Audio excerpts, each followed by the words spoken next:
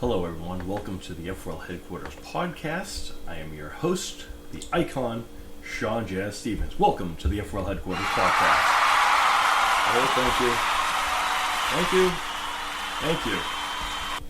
Well, today, folks, we have a very special guest coming with us as we are about to welcome, for the first time ever, we're going to welcome for his first time, Gabriel Sejas. He is a up-and-coming rising star in the world of music and so forth. He's a talented young man, and he has a lot of promise. He is an individual who I believe has all of the makings of a great performer. And you know, one of the cool things about yours truly is that one of the best things about here and whatnot is that when I do things now, a second here, folks, as I fix my background here on Zoom as I await the arrival of our good new friend Gabriel Sejas. Yes, we have a new ways of doing things now. Here we are. Ta-da. Excellent. Cool.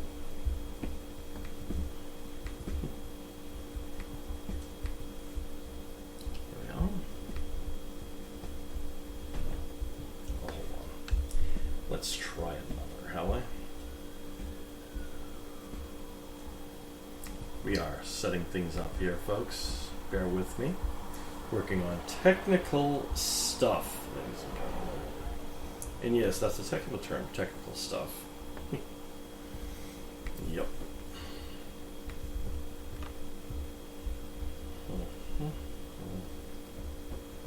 Well, just more like this. Oops. That's not going to work now, is it? Sitting on my head now. Excellent. Alright. And, okay.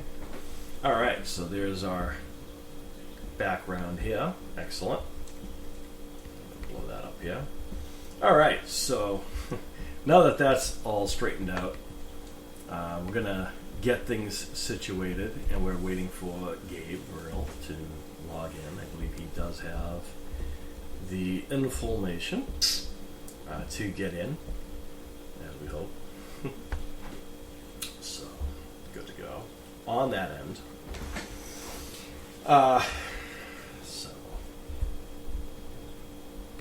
Well, yes, I'm going to take off the recording on the Zoom, so now I match everything. Isn't that lovely? I know what you meant, what you're saying there. Lovely it is. So, hopefully you guys are all doing well. It has been a little while since we've had a guest. Understandable.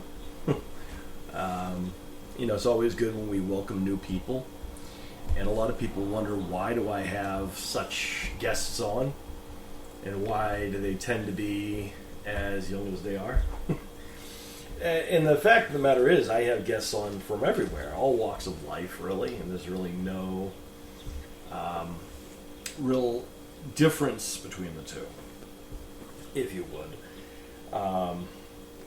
So, you know, I really I believe in helping others grow their brands and so forth. A lot of it is because I didn't have any kind of advantages. Not advantages. I didn't really have anybody like me to kind of introduce me to the world when I was starting out in various different forms of everything.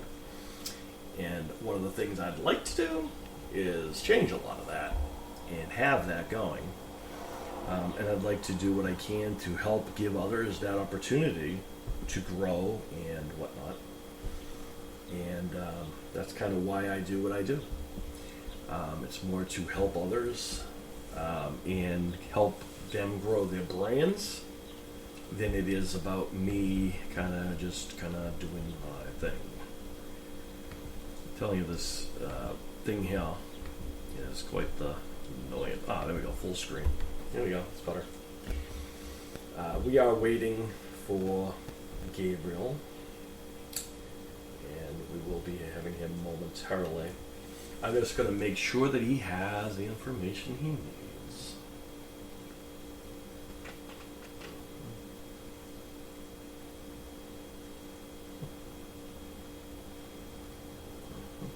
So we're getting things ready and in order for him. And in the meantime, what I wanted to say is, so what I'd like to also do before Gabriel gets here is remind people that Hellman Elementary, the television project run by Richard M. Bourne, former guest on the show, a project in which I did in fact help get around the early stages, and I am no longer a part of that project per se, but what I am going to do is remind you guys that you guys can still help, and they are still in need of some help funding to get this project off the ground, and we really would appreciate it if in fact people could help out if they can. Again, you can find Hellman Elementary on Instagram, reach out to them, get the Venmo to help them out.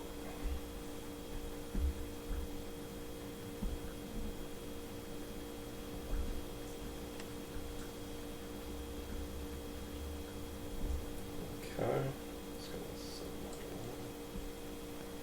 send. Excellent. All right. Excellent. So anyway, folks, yeah, that's kind of what I would like for you guys to do. If you guys can help out Hellman Elementary, they would greatly appreciate it. It's a great project with some very talented people who are involved. Richard's been on this show before, and so has some other people who are working on the project, and really it is monumental, and I think it's going to be the next hit on YouTube, or on Netflix. So I really do suggest you guys get involved if you can, and I'm sure they would very much appreciate it if you could. So there's that plug. Again, you could find out more on Hellman Elementary on Instagram. You can get the Venmo. I think they're doing a live currently. Unfortunately, I obviously can't do that since I'm here. But I will do my best to pass that along, which is what I said I would, and I have.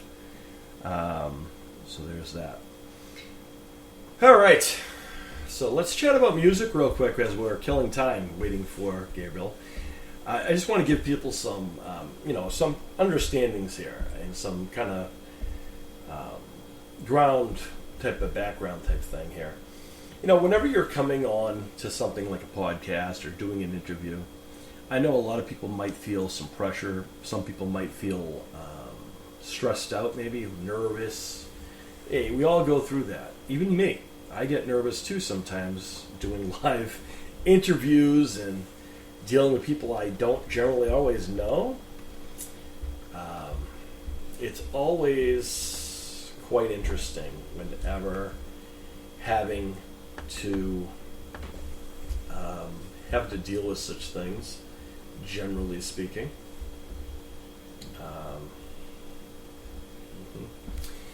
And whenever you're doing an interview or something like that, I know a lot of people might feel the pressure to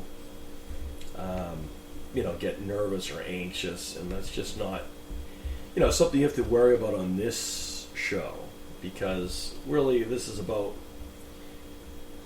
being relaxed and kind of just being yourself and having fun doing so.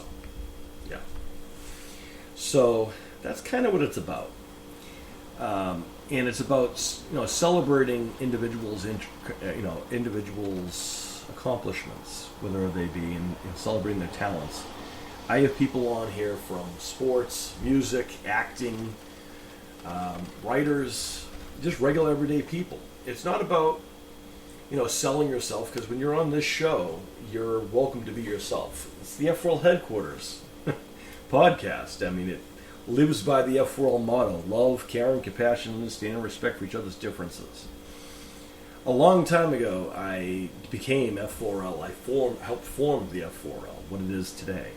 A global family worldwide, a brotherhood of sorts, in which like no other. A support system to those who need that support. An ear when someone needs an ear. We do whatever we can to help others. And again, I didn't have necessarily someone to have me on their various programs or whatnot. But what I am is someone who understands struggles in such things. And I get that sometimes we can have, people who come and, we all deal with people who like to, produce negativity and will tell us what we should and shouldn't do. Will tell us we're not good enough. And what I say to those people is that's why I have this show, to counteract the negativity in the world. In conversations with setting this up and talking with Gabriel's dad, who, by the way, shout out to William. Hopefully we get to maybe say hello to him too while this goes on. One of the things most people know is my family comes first, is the reason why I ultimately do everything I do. And as a father, and as someone who understands struggles and so forth, I always support people who are there to help support their kids. That's ultimately, at the end of the day, what every father's job is, to make sure their kids succeed. That's why we set the examples we do. That's why we set lay down the foundations for where our kids will go in life. Sometimes we have different dreams than our kids. I think it's up to us as parents to help our kids support their goals and dreams when they have them. And where the world is full of negativity and people who like to crush their dreams, people who think that, these everyday people who think that they somehow know more than anyone else, it's up to us as parents to make sure that our kids have the supports that they do, and they have the support system that they deserve. If that makes any sense. Hopefully it does. And that, we encourage our kids that we also educate them, let them know that not everyone in the world is going to like us. But, when it comes to this show, whether your goal is to be the best fighter in the world, or your goal is to be the next Grammy Award winning singer or the best Oscar winner, whatever the goal is, your opportunity, your goals, your dreams should never be distorted by others because they don't have those same visions, or sometimes they just lack the ethic and the work that goes along with it. Sometimes it comes out of jealousy. Sometimes it comes from envy. Jealousy and envy sound like the same thing, but they're actually technically different. Jealousy is the art of being upset with someone about some type of, whatever the case may be. Jealousy is like, I'm jealous that person has a Corvette, but envy is runs a little bit deeper than that. Envy is the root of all of which. So there's that too. And what envy does is it really reflects upon the material things that other people have. That's envy. You envy someone's house, the money that they have, how they hold themselves. It's actually a deeper meaning than just jealousy.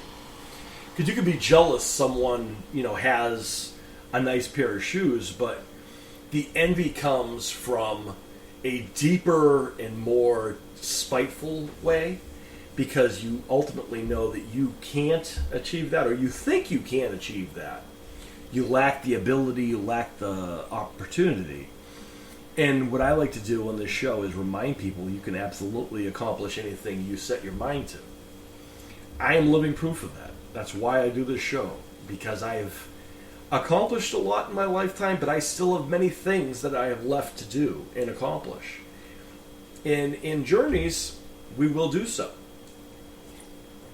We will accomplish those things one by one, always and forever. I want to remind people when Gabriel comes on and whatnot, we're going to always treat people with welcome and respect and so forth. I know, this young man is a hardworking young man. He's always trying to perfect his craft, which is remarkable and also commendable for someone who's in the industry of music. Music's not easy. My cousin knows that all too well, and I know just as much. I know that I have my limitations to what I can do as far as entertainment goes. I wish I could sing and do all these things, but unfortunately, I am not able to sing as far as be a performer on the stage as far as that goes. Karaoke, no problem. And why is that? What's interesting is I did do a lot of stage plays when I was younger, and I believe I can sing when it comes to certain aspects of certain things, but I'm not about to sit there and say I am a musician by any means. I could play a keyboard or anything with keys. That doesn't make me a pianist or someone who's going to go out there and open for a rock band. Everyone has their different kind of skill sets, and there's certain things. I'm much better at writing lyrics for music than I am doing it on stage and singing. Again, for karaoke or in front of friends and just having fun, no problem. I'll sing all day. But to make a living at singing is not something I'm going to probably do, which is why I have admiration and respect for those who do. One of the things that I have been blessed enough to do is, follow up on opportunities that are of a lot of various things. Such as, I auditioned for America's Got Talent a number of years ago, and something I mentioned recently is thanks to, supporting another friend of mine in the entertainment industry and helping him, being there to support and watch him and his family succeed in that aspect. I've been actually blessed enough to be able to I was known and I was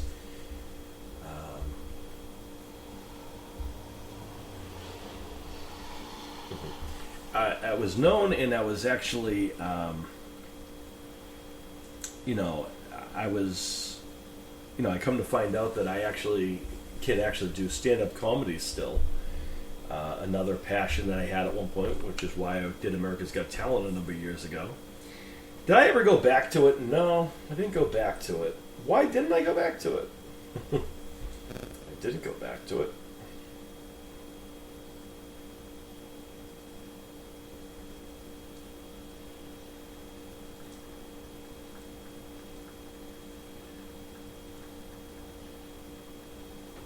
One second, folks. Seems like we're having some technical difficulties. Let's see what we can do to help our friend Gabriel, who is working on trying to come in here. Let's see. Okay.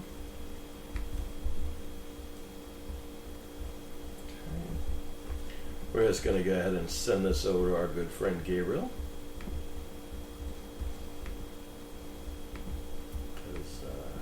Make sure he gets it.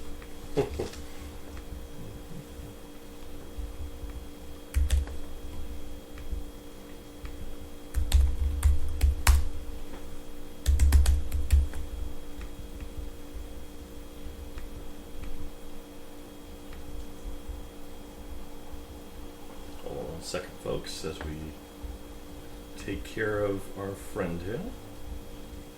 Sent. Excellent. Here we are. Okay. Hopefully that works.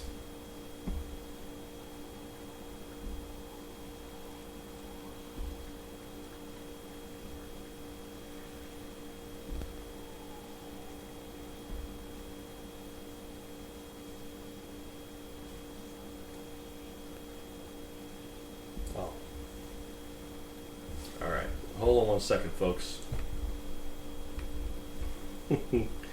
Silly rabbit that I am. Give me a second.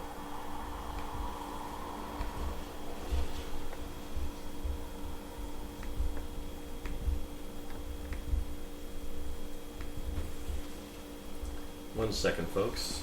Leave it to me. We're gonna go ahead and fix this here.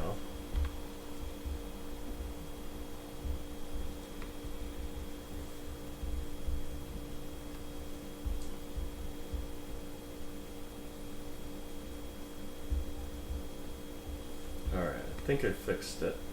Hopefully. Alright. We are gonna fix this, make sure it's ready to go. Save. I'm just gonna make sure our friend has it.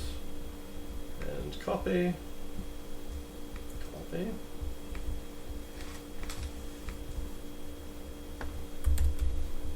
Yeah, working on this.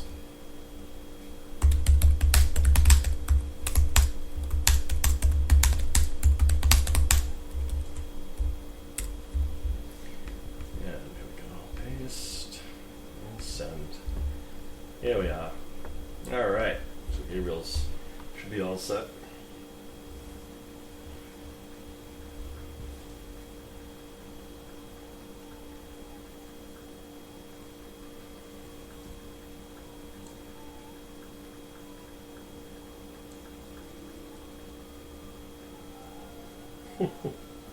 Unbelievable.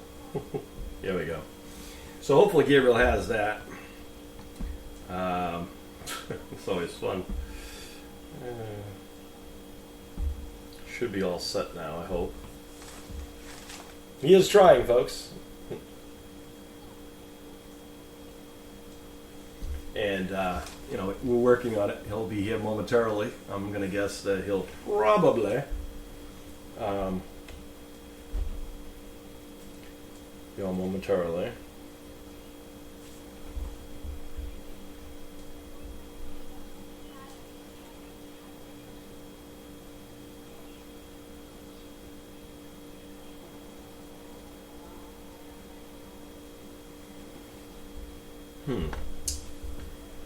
Second, folks. We're going to fix this again. Zoom. Let's see. Okay. So.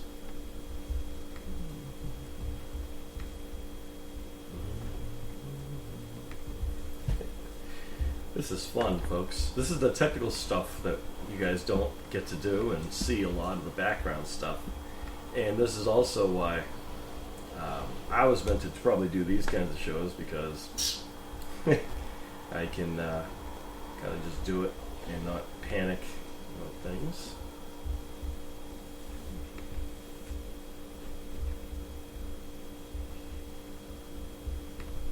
Okay, let's try that. And we're going to update the time to 2:30. Craziness. Here we go. Try that now.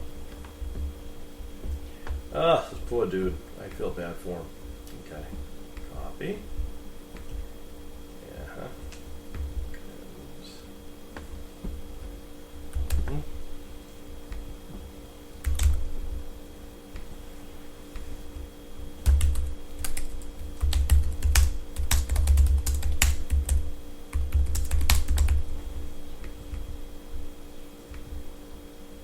here we go. Try again.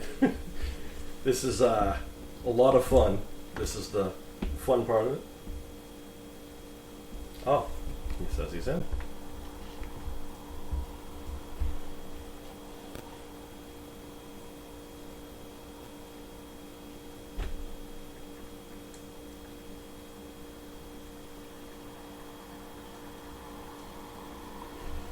Okay, we're just waiting for them to come in.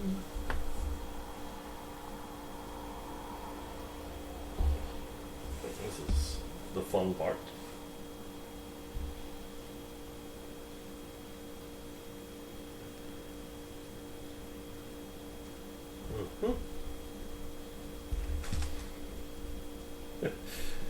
You know, it's always fun when it's your first time on the show and there's some technical difficulties. It doesn't happen often, but when it does, it's always amusing.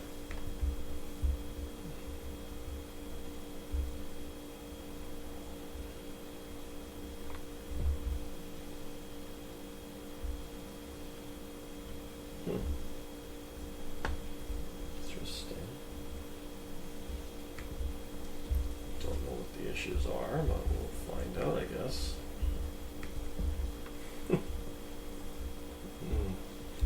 Technical stuff, folks. The fun parts of doing podcasts is the amount of mistakes or conflicts that one has when setting them up, because we have all sorts of fun when we're trying to get these things situated. Just waiting now.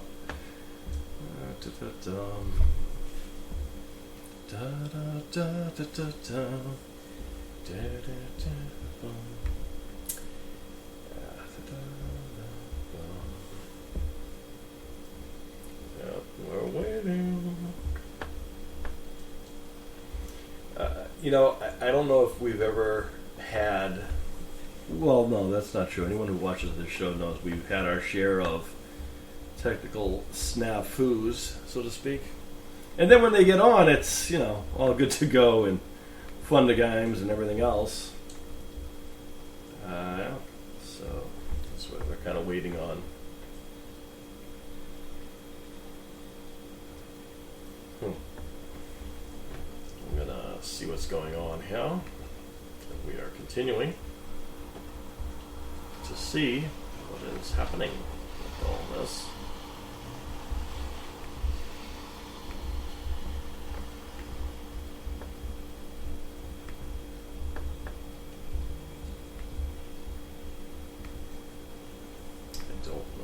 This is annoying, but it is.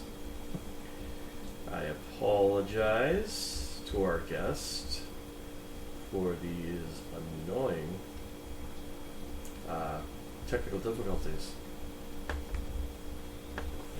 as this is probably never. I have not had a will of this in quite some time, actually, if I'm being honest.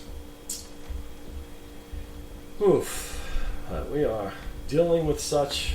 And we will get such.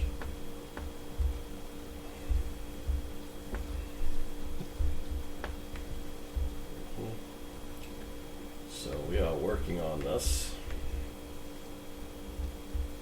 This is unbelievable. When was the last time we had these issues? Not in a long time.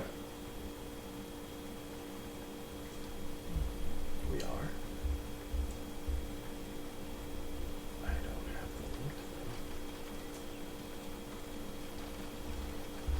Says that they are in my waiting room, but I do not have them on my thing. Hold on. What the heck is going on here?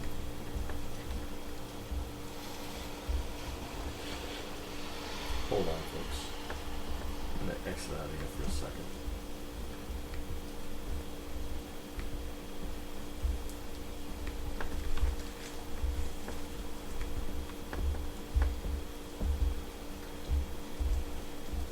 You guessed it, folks. Technical stuff. Excellent. I'll move this up. Pause that.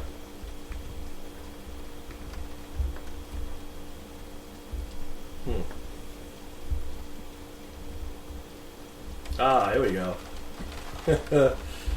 Technical stuff. Fun times. Excellent. Yay, us. Hello, sir. How are you? I apologize about the technical difficulties. It's always fun. No worries, no worries. I was just saying how funny it is that whenever there's a first-time guest, usually there's always some type of either the sound at first doesn't work or there's a catch type of thing. And I think way back in the day when we had a phone line, the phone line didn't always work. So yeah, but we're here. Happy Sunday. How are you? It's Sunday, so it's not a bad deal right there. First and foremost, we want to welcome Gabriel for his first time, everybody. Give Gabriel a round of applause. Excellent. It's good stuff there. So, Gabriel, welcome to the F4L Headquarters podcast for the first time. I am Sean Jazz Stevens. But and granted, I am aware of some of your work, but maybe you want to introduce yourself to the global audience.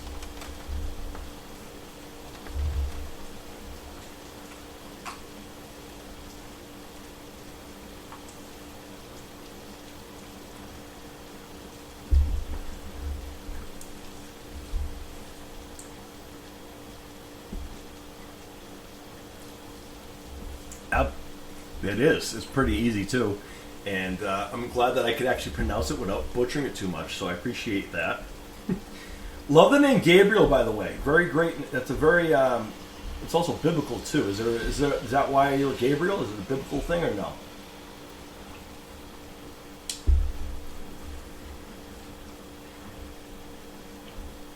It isn't because they're both fans of Gabriel Iglesias by any chance, is it? You mentioned you like pop music.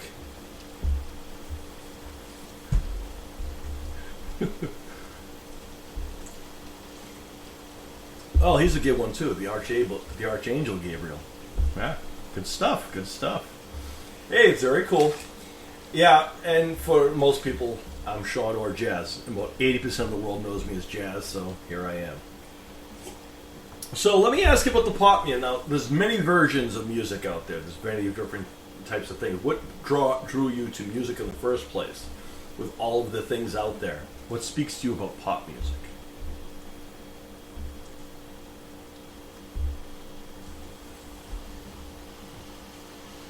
Okay.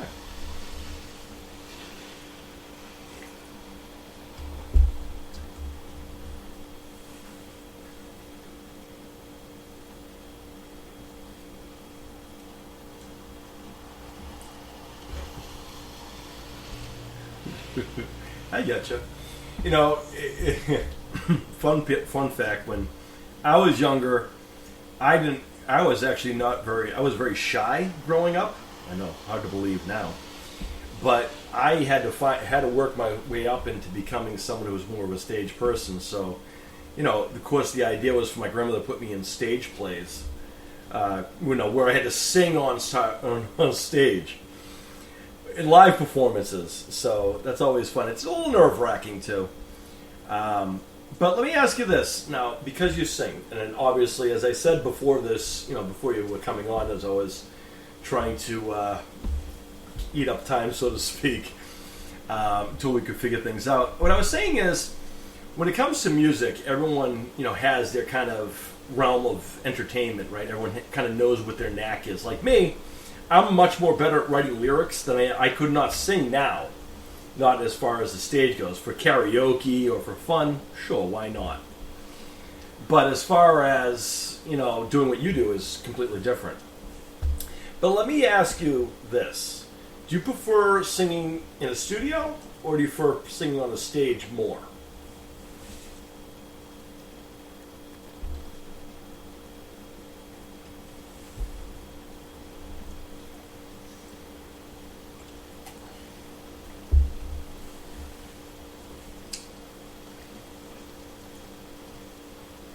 Sure.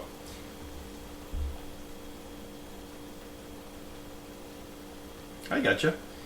Now, when you want to do a show, what's the audience like? What do you want out of your audience? Do you want like the audience that's going to scream and yell and sing along? Do you want the screaming girls that are all over the place and all that craziness that other people who do pop music have to deal with?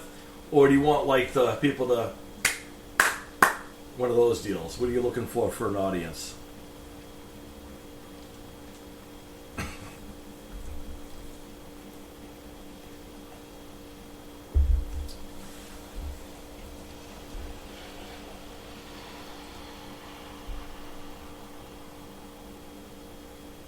I getcha.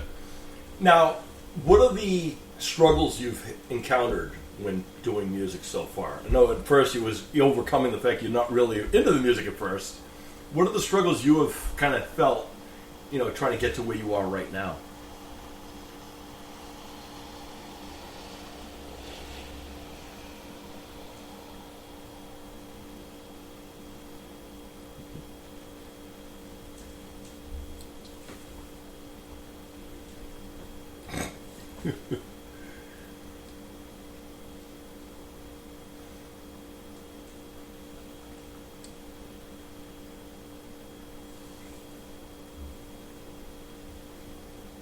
I getcha.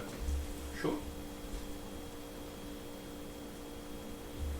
Always important. You know, what's good about it is, and I think you'll find this, whenever you do a performance of any kind, you'll always kind of pick something out and learn it and then attach it to something going forward, right? It's all about learning from experience. Like, for example, what might work, what a song, a set list, as you sing. Everyone has like their set list. What set list works in one place might not work in another place. Or there might be certain songs you say, well, this song here is good to open with, this song here is better to close with. Do you know what I mean by that? Okay, so basically every performance you do is going to be different than each other, right? They're all their own individual, performances.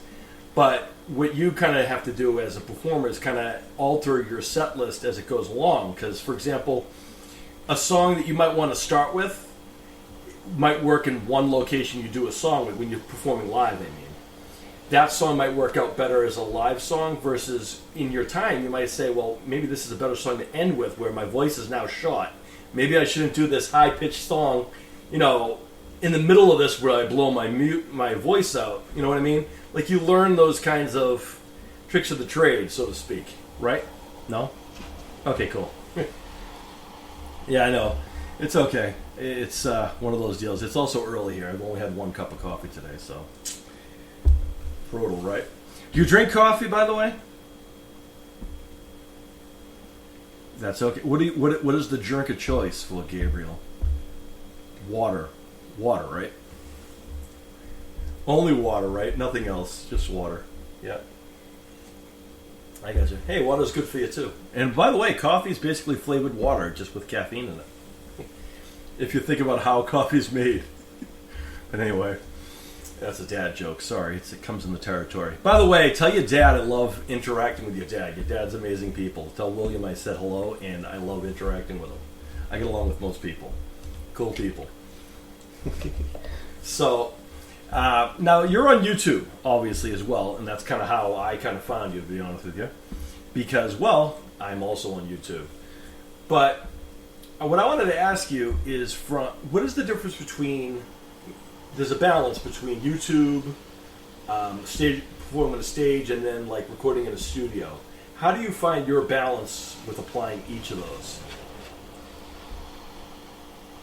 Like, how do you basically go about for yourself? Like, what's your strategy to do? Like, how do you prepare for each differently, and what are those struggles with each of those things that you have to work with? Yeah, all three different things, right?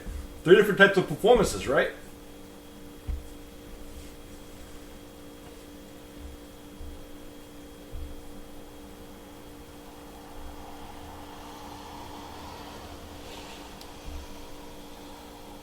Mm-hmm. Sure.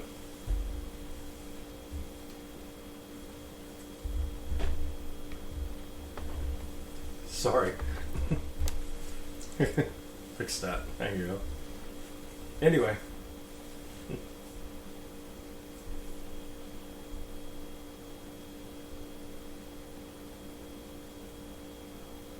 I gotcha. Sure.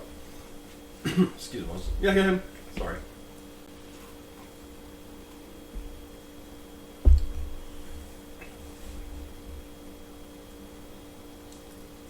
Yeah. I mean, that's the early stuff, and that's actually how a lot of people start out, is just the studio stuff. It's smart, actually. In all honesty, that's really smart, because one of the things that people struggle with on YouTube, from people who I have friends with on YouTube, many of them, some of them are singers, some of them are, reviewers, all kinds of different walks of life. I respect everyone's work equally, because I know they're all come with their own struggles. I accidentally found YouTube. I didn't know anything about YouTube until I was working for a wrestling company. They said, we're going to put your promos on YouTube. And I said, what is YouTube? And their response was, what do you mean, what's YouTube? Here, this is what YouTube is. And apparently I was late to the party of whatever YouTube was. But after finding that out, all the early promos went out. Promos, by the way, wrestling lingo for talking, or doing little video skits, which is how I discovered YouTube, because they introduced it to me. I know, right? I'm like, okay, whatever that is, sounds good. I don't think that's. I mean, I'm kind of old school, right? I mean, my goal as a pro when I was, growing up, we all have our goals, right? I'm sure you have your own goals and whatnot. My goals were different than a lot of other people. Like I said, I'm going to be. Well, actually, goals are a huge part of the thing, which I'm going to ask you about, like your main goals. But I know for myself, what I originally set out to be was one of the funniest people alive. I started out in the first grade because it wasn't enough to be the class clown. That's anybody can do that. I want to be the school clown. Of course, that's younger, right? And then I did martial arts and things like that. And my goal was to be one of the most feared people on the mat. Okay, cool. I did that. But then I discovered I really enjoyed the live performance of pro wrestling because I was attended a wrestling show. And what's different, and I'm wondering how it is for you, is for me, I got what's called the bug. I got bit, as we call it in wrestling. Like when you see something you're passionate about, you really enjoy, you say, you know what, I could see myself doing that and then making a living on that. That's something I want to do. That's how it worked for me. I'm curious how that worked for you.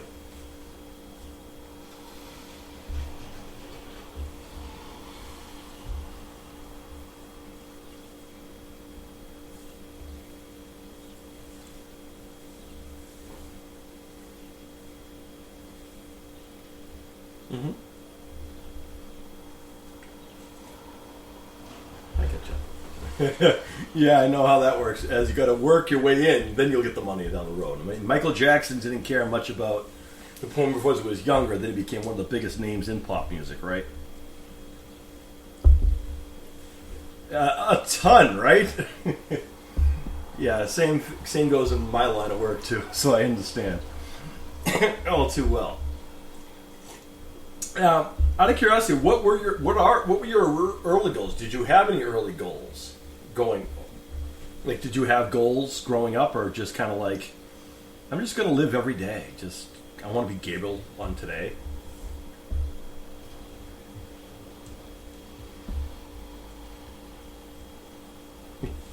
And how are your grades? You got good grades?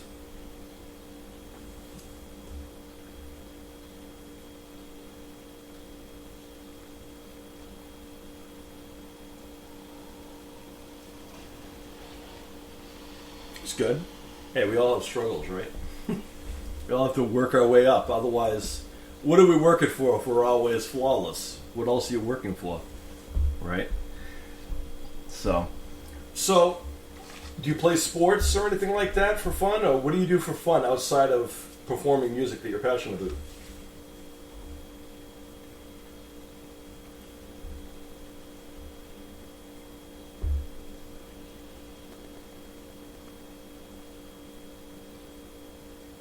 Mm-hmm.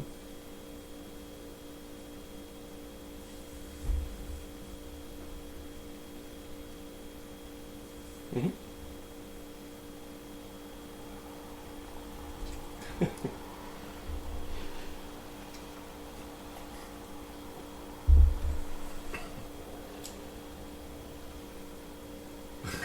Yeah, that's a struggle.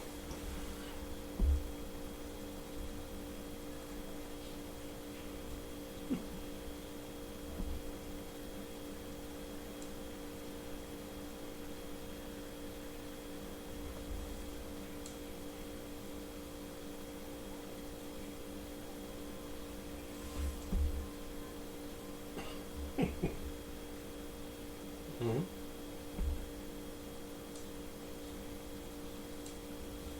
Sure.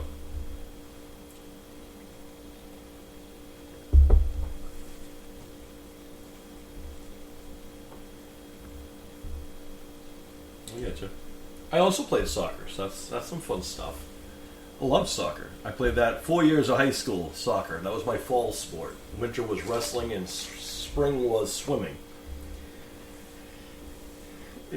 Underrated, very underrated. A lot of people think that it's, I know when I was playing soccer, a lot of the football players, American football, I should specify, because we have a global audience here, and what the world calls football isn't what we call football in America. Even though that football makes more sense to call football than soccer, but regardless. soccer for the American audience is highly underrated. And on this show, one of the things I say a lot is people who are so quick to judge and say, "Well, I could do that. That's not a tough sport," or it's for girls. Even they've said, which by the way, there's some tough girls out there in the world. So I don't know who they're talking about, but I can also tell you that soccer in general is probably one of the most physically demanding and the most a sign of real endurance, because it's nonstop running. There's no such thing as a line change and anything like that. It's nonstop, up and down a field. And if you're not ready for that, you're all done. And you have to be able to be coordinated enough to kick a ball, run, dribble, not lose a ball, score a goal,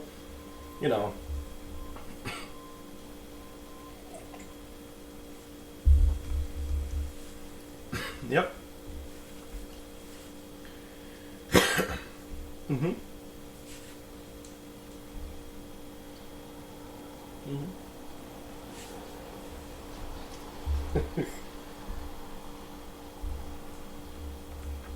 That's right.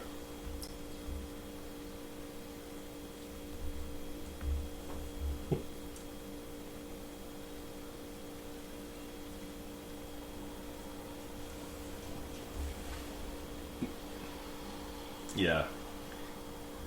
Yeah, it's rough.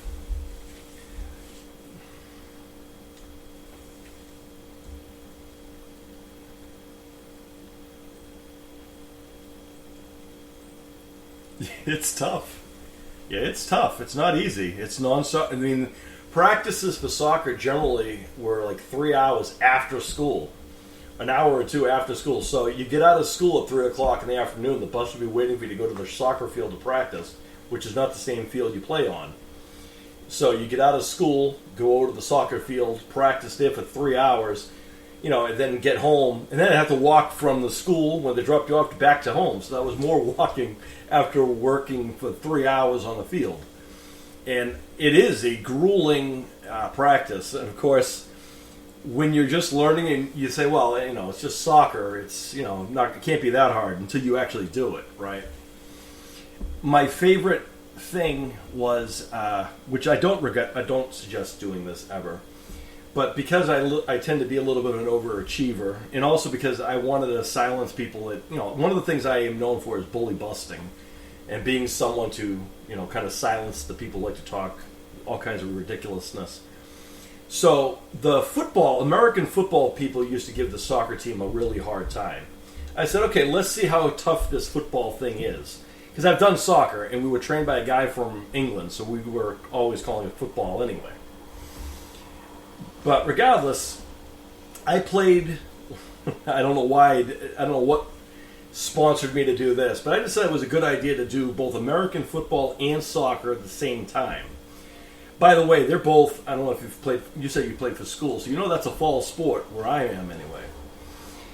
So both are fall sports, and also they both run side by side to each other. So basically what I had to do is decide which one am I going to do. And have to pick which practice, which game, and it was too much in the end. I decided just to return back to soccer, because at the end of that, fiasco, I said, okay, you think that your American football is so tough. How about this? Let's play a game of my football, my soccer.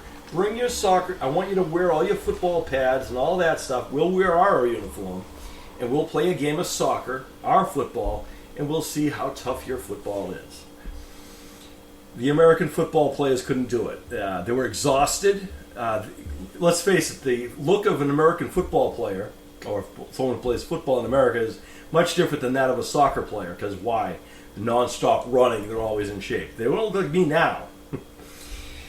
And the good, interesting thing is I can still run right now like this, and I still have the endurance, because that's the muscle memory you spoke of earlier, which is why I can actually respect the fact you said muscle memory all too well. But anywho, needless to say, the American football team couldn't handle soccer because, too much pads, I guess.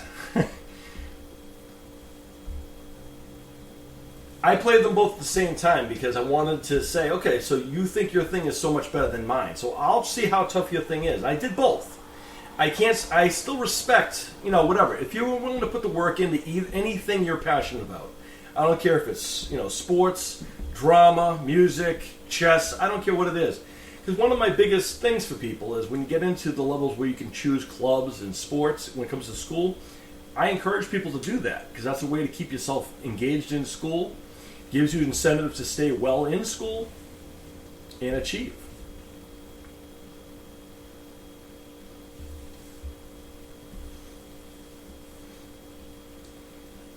Especially in high school, because in high school, that's another reason why I say that as well, because it's a great way to make, friends and make, relationships and so forth. Again, much in life, even people you play sports with, you can't like everybody, but there'll be that respect factor there because you are an athlete, and athletes tend to stick with athletes and respect fellow athletes. They should anyway. But, in general, at least your team, people on your team will be there. So it's a great way to both be social, keep you engaged in school. There's a lot of various different things you mentioned. Out of curiosity, how are you as far as socialize? You have lots of friends, or do you tend to stick to the five circle rule, as most of us tend to learn?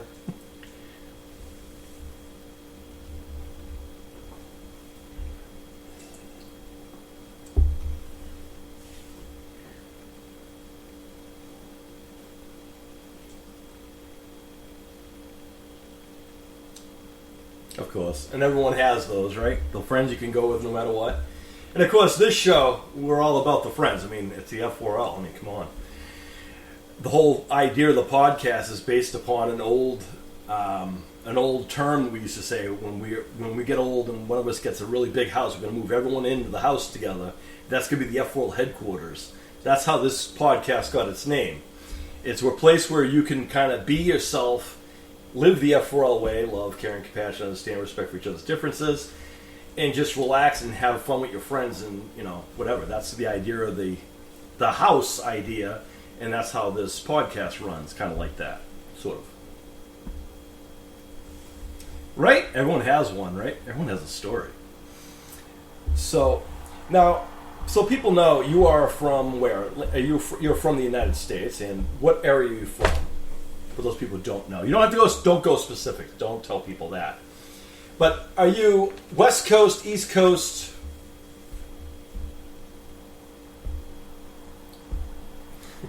You're in the Rocky Mountains?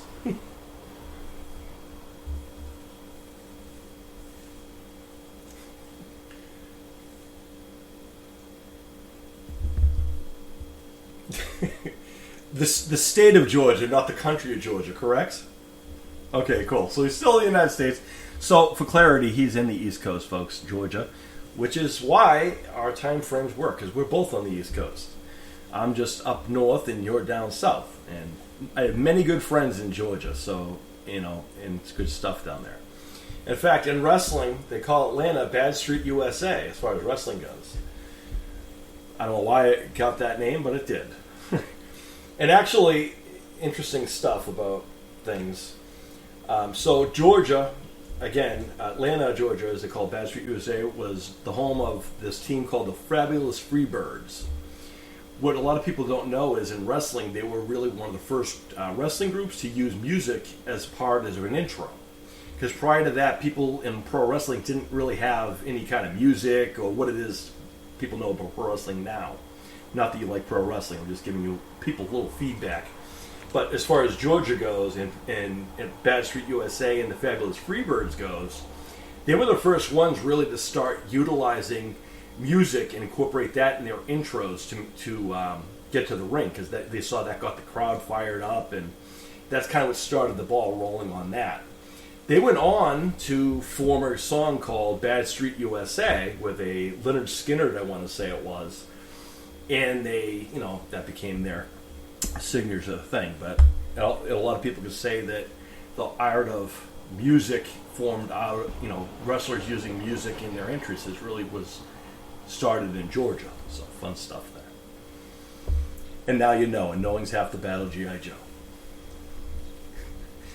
So it's Sunday, it's a Friday night, and you have, you're already done with your chores or whatever the case may be. What do you do to unwind? Do you get time to unwind? Do you know what unwinding is? Because I don't always know what that is, to be honest, but maybe you do. Yeah, that too. But, okay, what do you do to relax? Because I don't even know what that is.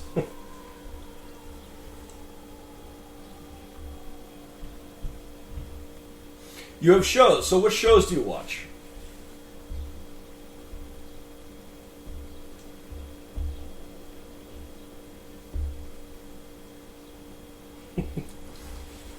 That's a great show.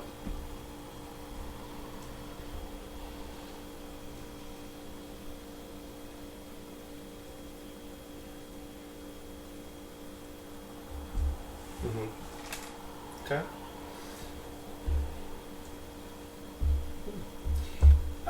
So what kind of okay? So that's a show you watch religiously every day. You don't want to miss that show, right? Or is it streaming somewhere?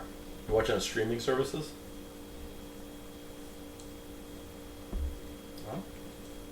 Awesome, awesome. Get that. Cool stuff. Netflix is a great place, by the way. I know things on Netflix. Good stuff. Of course, I am late to the party, and there's some things I haven't watched because I have no time to watch them. And there are other things I do. I mean, kind of when I do the show and I do my little reviews things, I have to watch things, and sometimes it's more struggling than others. But let me ask you from your perspective. When you watch something, let's say music, actually, that's more of a better way to put it. When you watch music and listen to someone else, when you're listening to other people sing, do you critique it silently to yourself, or do you just enjoy the music out of curiosity? Huh? Don't want to hear someone else sing? Right. When you're watching someone else perform, say, do you listen to them sing, or and just enjoy it for itself, or are you able to, or do you critique what they do just to see for yourself? You know, am I not making sense?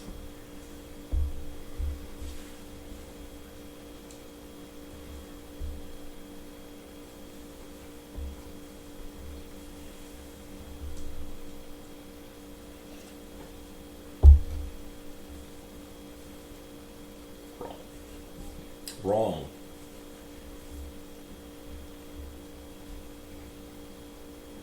That's good. Yeah, I know for myself, I'm not able to watch things just to watch them. I study everything. I know that's kind of a flaw, actually, because I mean, I watch stuff. I mean, I enjoy it. Don't get me wrong. I enjoy it, but I literally analyze everything I see and everything I do, and then, you know, for the most part, that's how I find out. That's how I critique things, and that's how I find amazing, talented people like yourself. Because I'm able to see the various talented things that they can do, they bring differently to the table than other people who do the same thing. So it's kind of how that works. Like in wrestling, I got that bug. It wasn't the main event that sold me on wrestling. It was the opening match between two people no one's ever heard of. As my uncle called them, jobbers or nobodies, which is a great term for what we would know as exhibition talent. Anyway, that it was that match, the magic that they created, being able to hold the performance of the whole audience and get them to feel, to become electric. I mean, since you've said you've done stage work, so you know what that feels like to have a stage and have a crowd around you, the energy people get. One of the things we've talked about in the show with other people is when they feel that it's something that it doesn't even matter if it's music or stage, or even we had bodybuilders who said they feel the same energy. They get that energy, that adrenaline rush when you go to a stage. Do you get something similar to that when you go to a stage, or no? In other words, you get really excited. Like before you go on stage, right? You might be, maybe nervous, whatever. But once you hit that stage, it's on. You know what I mean?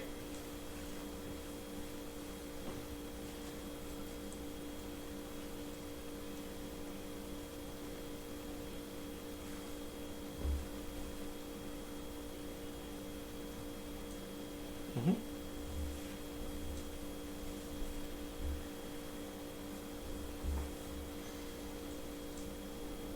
Mm-hmm. Sure, sure. Yeah, I mean, I can understand that, and that makes a lot of sense. I'm also trying to keep track of the time because I want to make sure you're going to be good. I want to make sure you're nice and rested, sir. In order to be at the top of our game, we need to be well maintained or what we call. So I'm trying to do my best to keep it at at a decent thing, so I'm not overworking and get some rest. Because I know you've been a busy man, which is a good thing. Yeah. So speaking of music, here is you got some new music coming. That's coming soon, and you've always done some music already. So first, let's ask about some older stuff. What can you say about some of the older stuff that you've seen? What have you learned about what you've done so far? What have you been your hits so far? What, that you like, I should say. Not so much your hits, but what you enjoy performing the most.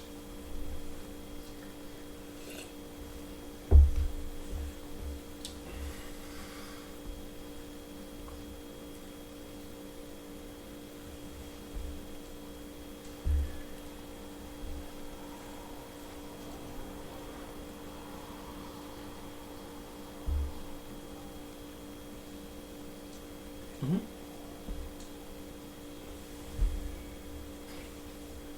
Mm-hmm.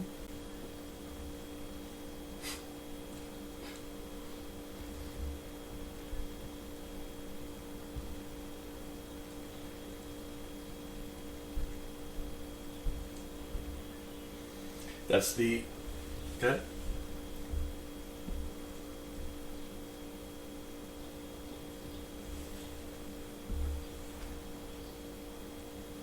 Smart. And actually, that goes to show you how that gives you a longer career that way when you're able to do that. And that's actually what I meant earlier when you go back and kind of look at the things you've done and the things you learn along the way. That's kind of what I was meaning by that. You know, yeah, exactly. So that's how that works. Smart. So what are you looking forward to about the next music? So stuff like that. What are you looking forward to?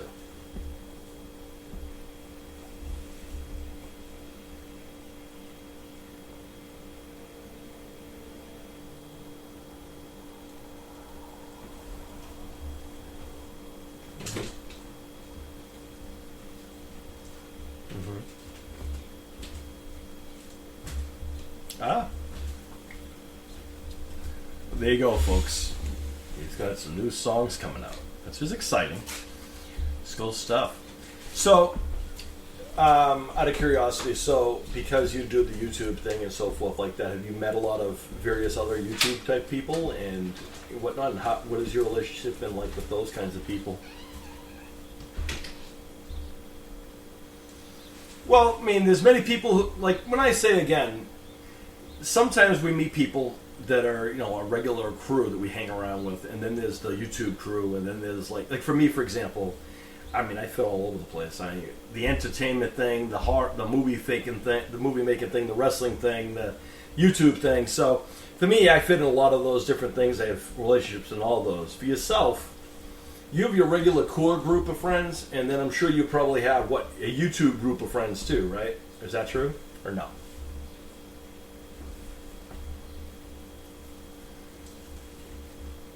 Yeah, exactly, right? There is no difference. That's the correct answer. They're all the same, right? If you're friends, you're friends. Doesn't matter where they come from, right? Here you go. See, he knows. He gets it. It's fine. Mm-hmm. Yep. As they should. And remind me before you go, you got to make sure people know where to find you again, because they need to know where they can get ready for these exciting new musics and so forth. So for yourself, who are your inspirations in pop music? You say you like pop music, and obviously there had to be something there, right? Eventually, who would you say you like to listen to the most when it comes to pop music?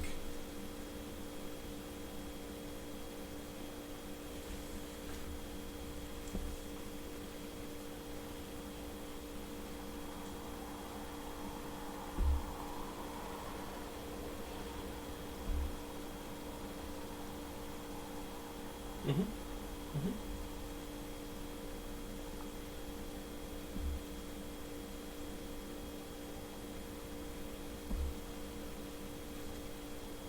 Mm.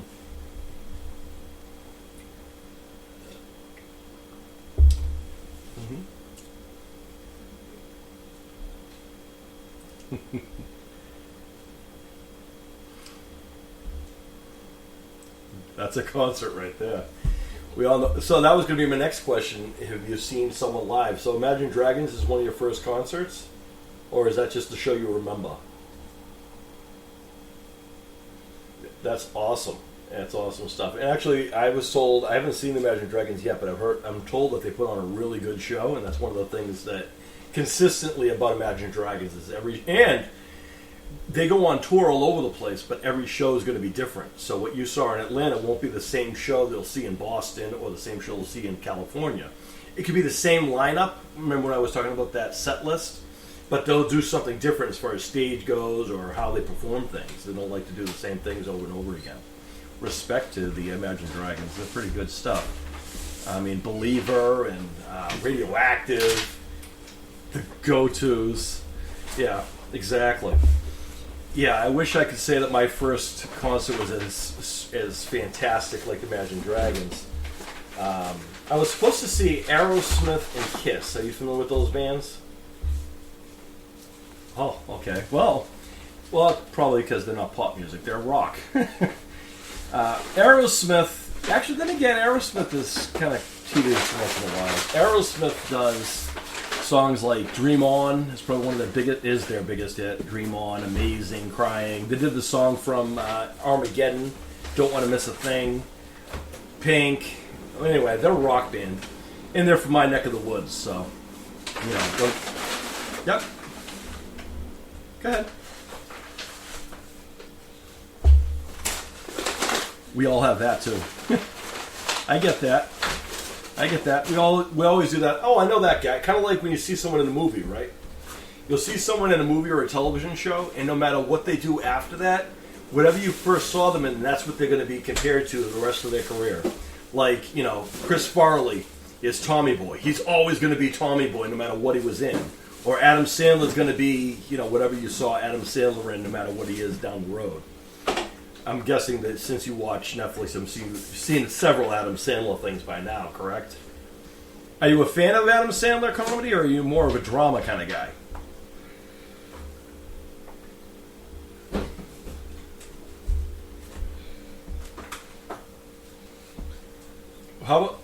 Yep. Yeah, I understand that. Not all of them are that great either. They fluctuate. Older stuff is a little bit better, but anyway. That being said, movie. Obviously, we know your music genre is pop music. What is your movie genre? Do you have a movie genre? Mostly comedy. Okay. So comedy versus slapstick comedy. Which one do you like more? Do you know the difference? All right, comedy, for example, would be like, let's see. A straight-up comedy would be like, let's say Mrs. Doubtfire. You see Mrs. Doubtfire? Robin Williams? Oh, man. You better get a pen and paper, man. I'll tell you movies you should check out. Comedy. All right, what's a comedy movie you enjoy? Give me an example of a movie you like that is comedy. All right, well, are you familiar with the Naked Gun movies? Or Hot Shots? Hot Shots? Maybe? Or Naked Gun? Let's see, what else is there? Airplane? Are you familiar with the movie Airplane? Probably not. Yep. Okay. Flight. That's a good movie, actually. That's drama, but that's a good movie. I like that. Okay. All right. I getcha. But I think of a movie. Okay, so that's a good movie. So, what's a good what movie is the last comedy you saw that made you laugh? You couldn't stop laughing at. Give me that example. I'll tell you what genre it is. What's your favorite? What comedy can you watch that you just can't not stop laughing at? Too many of them?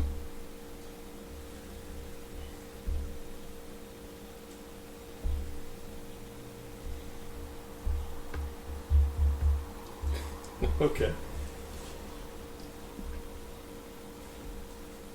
Action movies are good too. Sure. Okay. Action drama. That's more of a, yeah, that's a suspense, I guess you'd say, flight. Denzel Washington is an amazing actor, so that makes sense. You know, so that's pretty cool stuff. Now, out of curiosity, so since you like the music stuff, do you ever see yourself crossing over to the acting world or anything like that? Are you going to stick to just music, or, you know, what is your plans going forward in lifetime?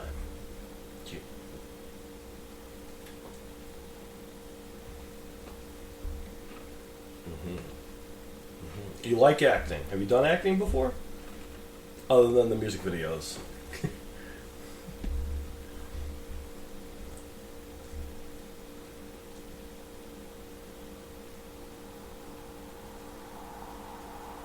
There is.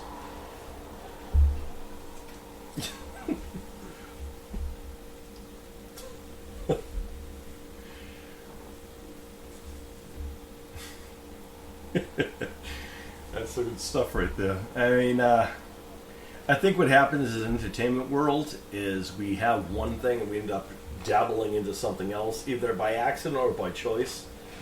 I think even in music, like, you know, look how many people went on from music to be in and to be in film. There's several. I mean, you know, Michael Jackson, Eminem, who does rap, stuff like that. Whitney Houston, you know, other people of that nature. Robin Williams. Have you ever heard of Robin Williams? Out of curiosity. Robin Williams. Okay, well, he's a comedian. Well, pretty older. He's no longer blonde anymore. He started out as a stand-up comic, and then he went on to, you know, he did television, he did music, movies. I mean, have you ever seen Aladdin, the Disney version of Aladdin, the movie, the animated one? He's mostly known for being the genie. He's the voice of the genie. That's Robin Williams. Probably one of his biggest claims to fame. He was also Mrs. Doubtfire in the movie Mrs. Doubtfire that you've not seen yet. But if you like comedy, you'd probably like Mrs. Doubtfire. It is quite funny.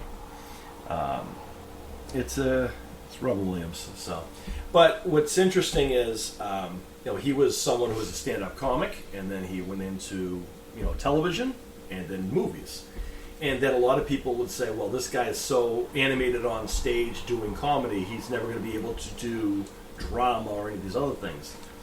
And he is well known for comedy, but he also went on to win an Oscars for movies like another film you should, down the road you should see is probably, let's see, well, it's Good Will Hunting. It's one of his best ones. He won an Oscar for that. Dead Poets Society, another good one. So he really showed that you can do more than just comedy. Kind of like, I'm sure if you really tried, you could probably sing things outside of the pop things if you really wanted to. But there's nothing wrong with singing pop music either. Isn't that correct? Right? Now, that was good. Now, one of the things I like to ask the guests, I'm going to try to keep things to a minimal here, but what I like to ask my guests is, how do you deal with, you know, what trolls are or bullies online? Have you ever dealt with those things, and how do you deal with those things? Like negativity of others on platforms. Since you are a social media person of the time, right? You're all over the place. You said Facebook, YouTube. I don't know about Facebook, Instagram, YouTube. So I'm sure you're aware of trolls, and you have your share of dealing with, you know, the not so nice people of the world. How do you deal with those types of things?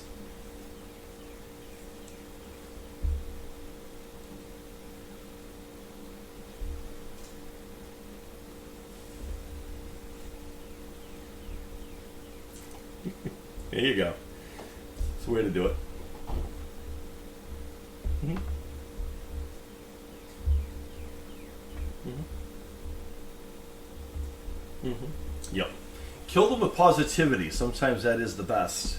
You know, I have to deal. Everyone deals with those types of things. I mean, early jazz fitness things. I don't know why they're. I still don't understand why he is popular. I don't get it. He's a bad guy wrestler, Jazz Fitness, the character that I was on YouTube. So I don't understand. Huh? Oh, no. Well, no, I know it's okay. So in wrestling, terms are, there's a good guy, which is what they call a baby face or a face. That's a good guy, which I was most of my early career when I was in shape and before injuries and everything else. And then as the years went on, I got my injury, went to college, earned 2 college degrees while I was injured, then returned to wrestling.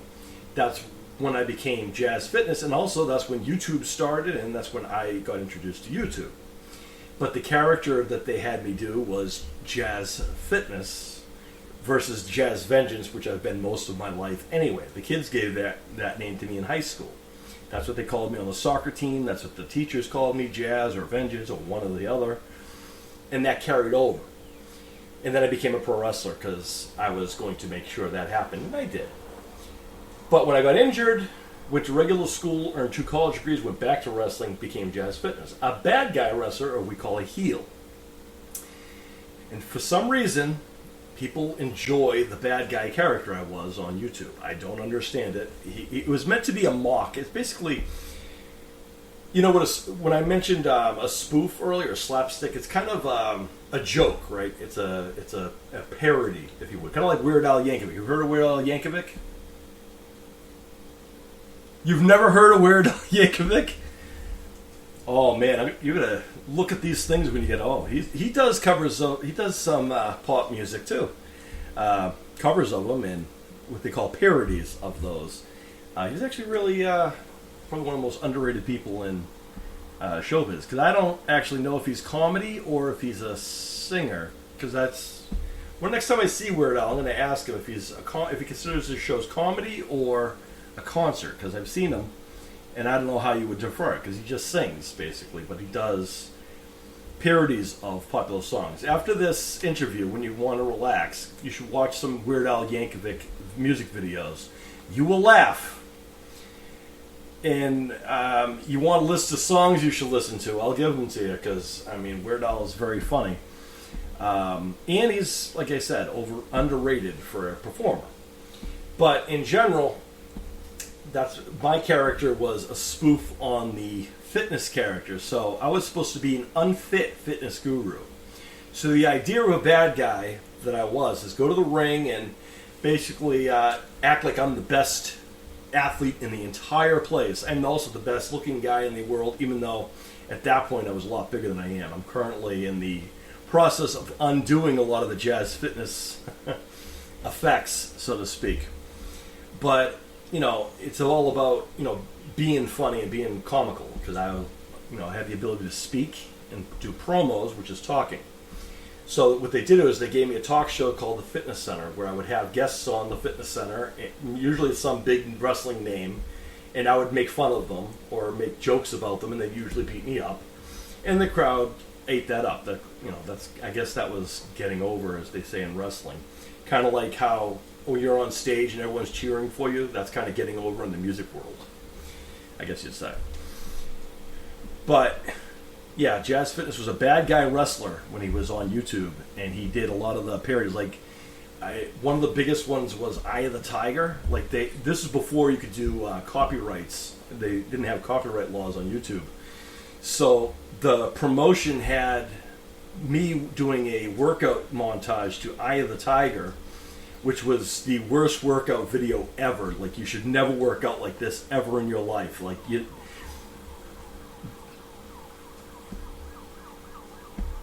that's Roar, which is also a good song. Eye of the Tiger is from Rocky. Rocky 3, I think. That's okay. A lot of people. My son doesn't like Rocky. That's okay. My son refuses to watch it because he's not really into boxing movies. So what happens?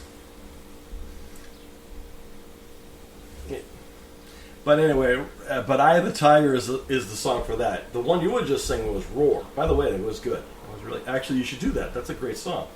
And I don't think I've heard a male sing that yet, because that's Katy Perry does Roar, I think. Pretty sure. Look at that. I know my pop music. But, yeah.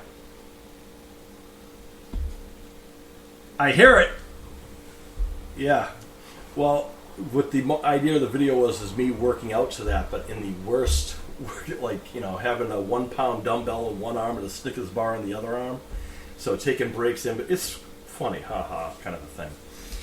But for some reason, people like that character. And then when I did my talk show, I would go out there and make fun of the audience and, get back and forth. And people, again, like that for some reason. I don't understand that myself. If someone was to ever talk to me like that, I would...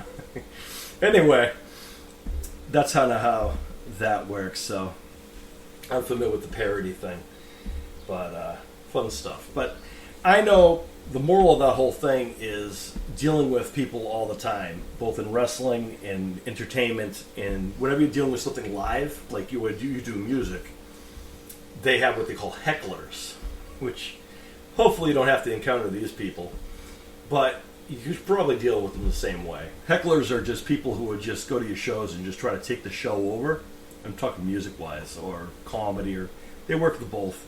They'll try to kind of take your show over. They'll kind of like make stupid comments and try to throw you off your game. My advice to people is just kind of keep doing what you're doing, because at the end of the day, you're on the stage and they paid to see you. That's the... Right, exactly. For the amount of people, every once in a while I get a little annoyed at the fact there's so many people out there who are so willing to say something negative about someone else's dream or goal. And one of the things I like to do is encourage people to embrace their goals and, highlight them and so forth. So I appreciate what you do. I think what you're doing is great. And if no one's done it yet, as being someone who is one of the original YouTubers, welcome to YouTube officially, I guess. And seeing how this interview goes on YouTube, and is on YouTube right now, it's fitting that YouTube is, kind of a welcoming community. I don't know why there's such a thing. I heard there's some type of a thing where people feel competition on YouTube. I don't understand why that would be. In other words, there are people on YouTube who feel like they need to do something to be more over than someone else on YouTube instead of embracing everyone in one community. Kind of like, for example, early YouTubers, for example, when I was starting on YouTube, there was certain YouTube singers at the time. And I'm actually still friends with a lot of the early ones. Some of them are not on YouTube anymore because other reasons, like, for example, the fan base, which I'll ask you about in a second, and things of that nature. But Matty B, for example, you heard of Matty B? Matty B Raps. He's one of the early YouTubers. Of course, you know Justin Bieber. Everyone knows him. He started out there. Now, there's a Justin Bieber level of people who start out on YouTube and then go on to other things. Apparently, he did some big things. I don't know. I guess he's doing okay. He doesn't really come on YouTube as often. But then there's people people who I'm really friendly with, like Jordan Jensen out of Australia, or Troy Sivan, who I think is still doing music. He's actually relocated to the United States now. He used to be in Australia as well. But these are the early guys who were singing and so forth, and I know that they all have their own little niches. A lot of them like to do the pop music, like you. But lately, there's two people will do, not you're not doing that, and most of the music community is kind of a welcoming thing, but there'll be two people who do countdown videos, but yet they're at each other's throat. Well, this guy's better than that guy. I mean, why? Have you ever watched the list videos on YouTube? Never watch any of those? Okay, cool. Have you watched our stuff on YouTube? Have you watched our stuff on YouTube? You probably wouldn't. That was a long time ago. I said the podcast for that. I mean, Walker has been on here. Yeah, Walker's been on this podcast, and he was also on our YouTube wrestling show that my son and I do. We co-run that show. And again, that was another thing. That was, since I was already on YouTube early days, my son said, "Oh, we should put this match up on YouTube. People want to see this." I said, "No one's going to want to watch video games on YouTube. That's ridiculous." Years later, it's probably one of the most popular things on YouTube right now is people putting up their gameplay. So he was right again, and we're still on YouTube doing our dream matches, so to speak. Now it's called Icons of the F4L, but yeah, same thing. It's actually on the same channel this podcast is on YouTube. So if you find this video, find that link, you watched what my son and I started years ago. but it's wrestling, but in video game form.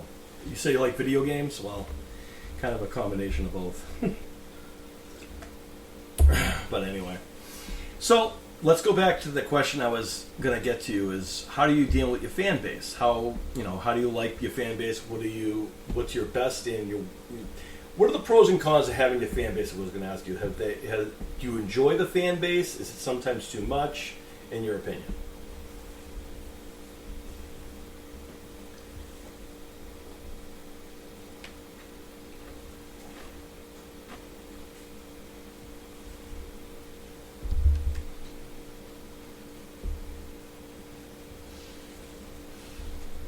As they should be. It's good. That's a good thing, right? Cool. Now, are you someone who enjoys meeting your fans, or do you prefer having like the kind of a set time and place, or do you not necessarily are ready for the whole let me come run up to you in the middle of the grocery store at 3 a.m.? Have you gotten to that part yet? It's good, knock on wood.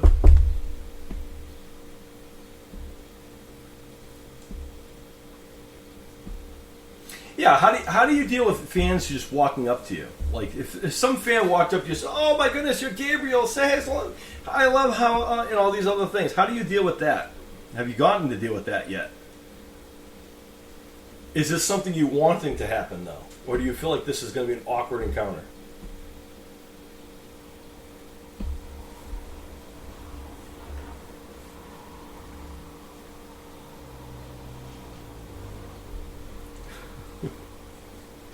So it hasn't happened yet, is what you're saying.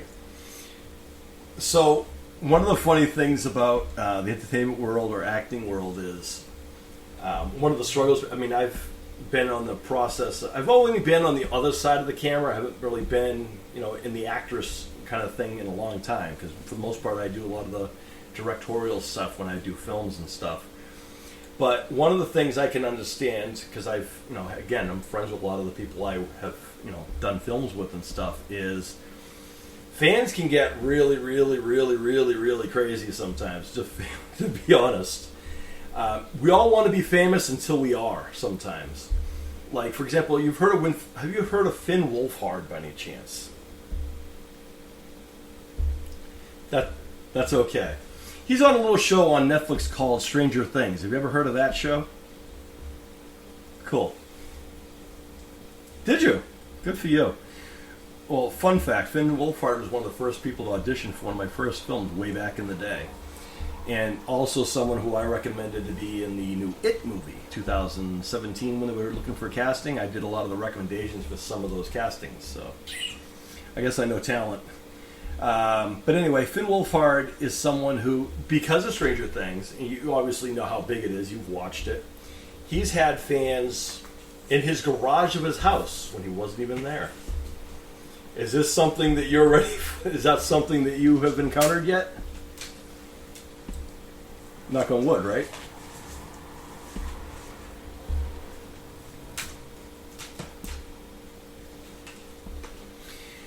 One of the biggest things that happens, like for example in wrestling, is being someone who is trained by an actual wrestling, in the wrestling world. I went to wrestling school and I adapted a lot of those things. And like yourself, we were always trained to respect our fans because, like you said, if it wasn't for them, we wouldn't be able to be where we are. They're the ones who are supporting us. They're the reasons why we're able to do all the amazing things because of our fan base. So we do respect our fans, and we'd like to try to do what we can to make our fans happy.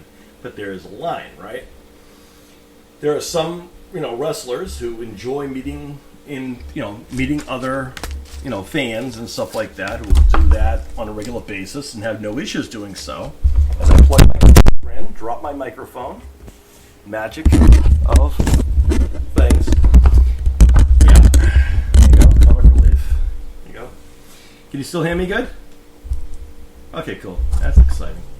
Anyway, like I was saying, but in wrestling, we're trained to, like yourself, to respect our fans and try to make our fans happy when we can. But there also has to be kind of a line there, so to speak.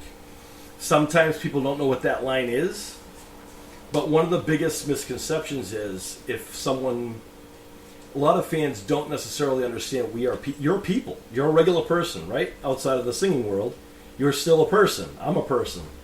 But to some of the fans, we're bigger than that. We're on this like world where we don't have a life, except for on the stage. So one of the most common conflicts people have is, like, say they're going through an airport, or they're going to the grocery store. They're out to dinner with their big family, and fans just walk up, hey, can I have your autograph? Cool. That's fine and dandy when it happens here and there, but when you're having people, when you're out to dinner with a family, like, for example, I don't know how big, actually, I'm going to ask you about that. How many people are in your family individually? Like, do you have a big family or no? That's cool.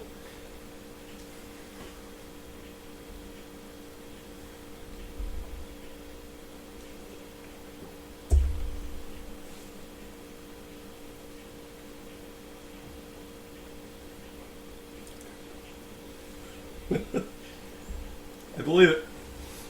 All of us have families like that. That's awesome. That's excellent. Do you get to see a lot of your family all the time?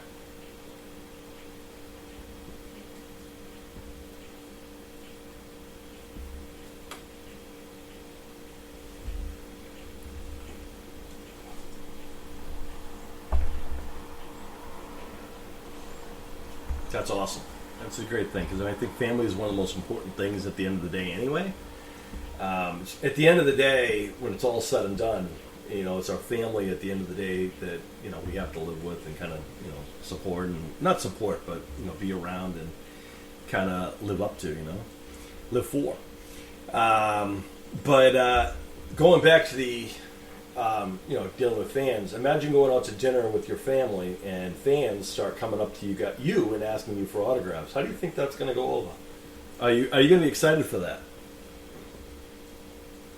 Yeah, if you're out for dinner with your family celebrating your birthday, let's say, your family's there and fans just start coming up to you by the groves asking for your autograph.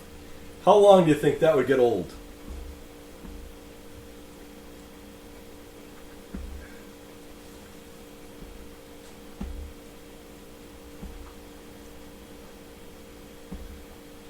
Yes, that's awesome. Yeah, what's funny is that's actually a lot of the time some people will try that, unfortunately. What happens is, like, for example, we're, being in the entertainment world, we're forgotten that we're just regular people and we have lives. Like, you have a family, I have a family. And then, like, for example, one of my favorite stories in wrestling, for example, this guy who works on the talent nations in wrestling, who I've worked with on that end of things, he was his TV personality. People know who he is, and people would, get his picture and autograph when he goes to the malls or whatever. But there was one time where he was going on a plane because he got a call that his wife was in the hospital because she was struggling with an illness, and he had to get to the hospital. He had to go to the airport to get to the hospital, obviously, because he got a call from the hospital saying she's not doing well. He was going through the airport to get to the airplane to get to his wife. And fans were stopping him to get pictures, autographs, and whatnot. And he obliged to a point, and then he said, no, I got to go. People then went on to say he doesn't like his fans. Because he said no to one person because he had to get on a plane to go to his wife in the hospital. But people have this conception that he doesn't like his fans because of that one time. He said, no, I got to get to my wife. He doesn't know what the story is behind it, but that's what the story would be to the fan base. You haven't gotten to that point yet, right? Let's knock on wood. Well, you don't have a wife yet anyway, so let's be happy about that too. But in general, fans are, both important, but also it's important for us to remember there should be some type of guideline you should have, and remember to kind of have that established. Not that I'm, preaching to the choir. I just want to make sure that you probably should know that already. It's important to know your fans. Also, you should always have that kind of, established thing there as well, because fans can get a little rambunctious, so to speak. Again, Finn Wolfhard, originally, no one knew who he was, and then all of a sudden he did Stranger Things, and, he had again, he had female fans that were camping out in his garage when he was coming home. He had people follow him to his house. It's important. You're Gabriel and you have your own life outside of the stage and stuff like that. You know what I mean? It's always good. Food for thought. So, because I know it's been a little bit, and I lost track of time already. Do you have any questions, comments, whatnot? No, because we're throwing things out at you. How is it on your first time, by the way? Because this is your first. Now that we've got the technical stuff out of the way, how is it being on your first time in the F4L headquarters?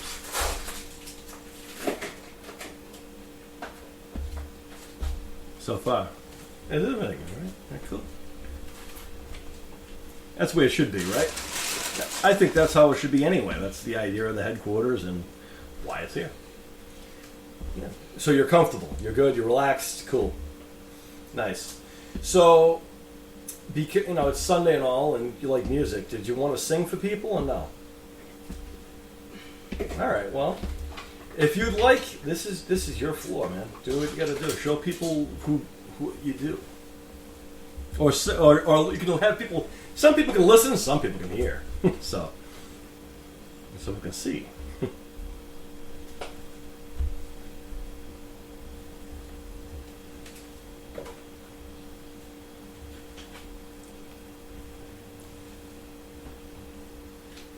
Oh.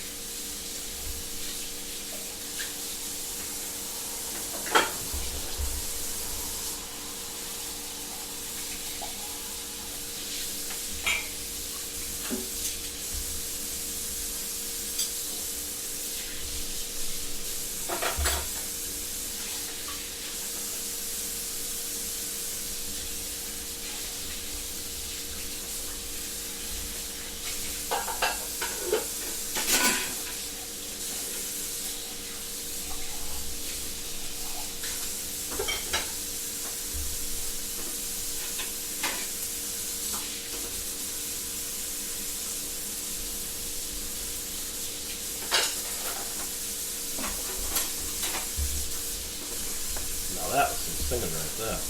We've got some pipes. Hold on. Got this stamp for you. That was pretty good. Also, there you go.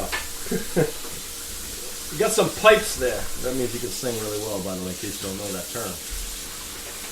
You're welcome. And you know, that brings me to another question, because that was really good. Very well done. Have you heard Gabriel Iglesias, out of curiosity? He shares your first name. Gabriel? Oh, not Gabriel. Yeah, you're right. There's the other Gabriel Iglesias as well.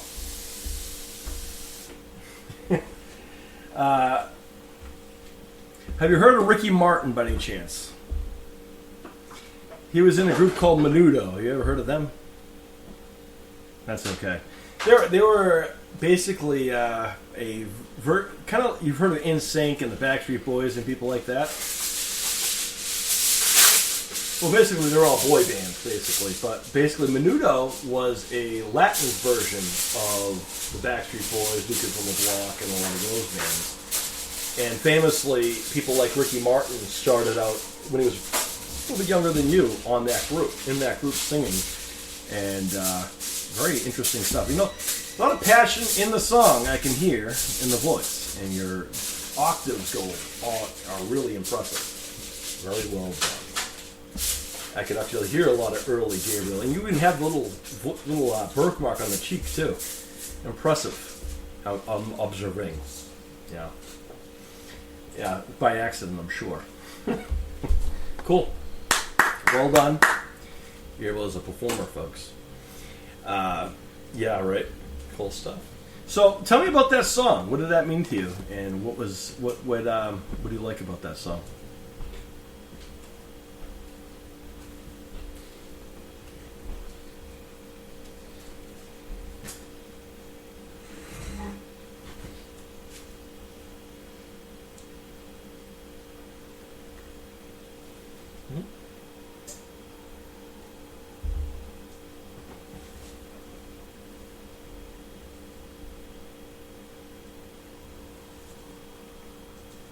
I get that.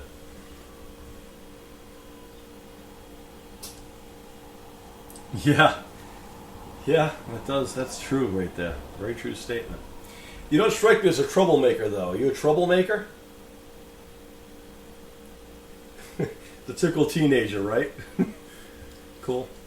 Good stuff, man. So, out of curiosity, I know you're a busy man working and stuff like that. Outside of the music things, what else do you do?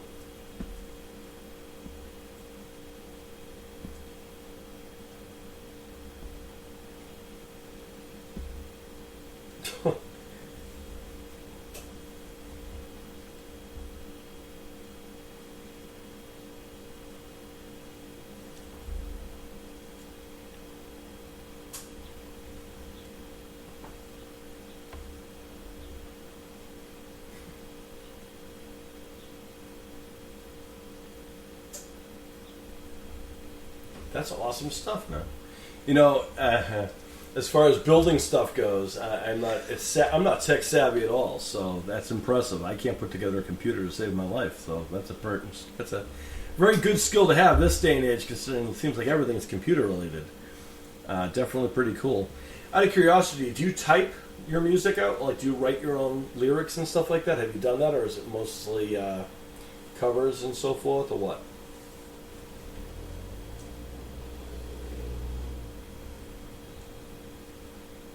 Yeah. Do you prefer writing your own stuff and singing your own stuff, or do you prefer singing something that's already established for yourself?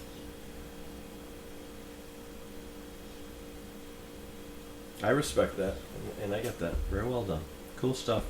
Now, because you said, you've recorded something in Brazil, and because I've heard your music also, I know that you must be bilingual, right? How many languages do you speak? Do you know? Trilingual.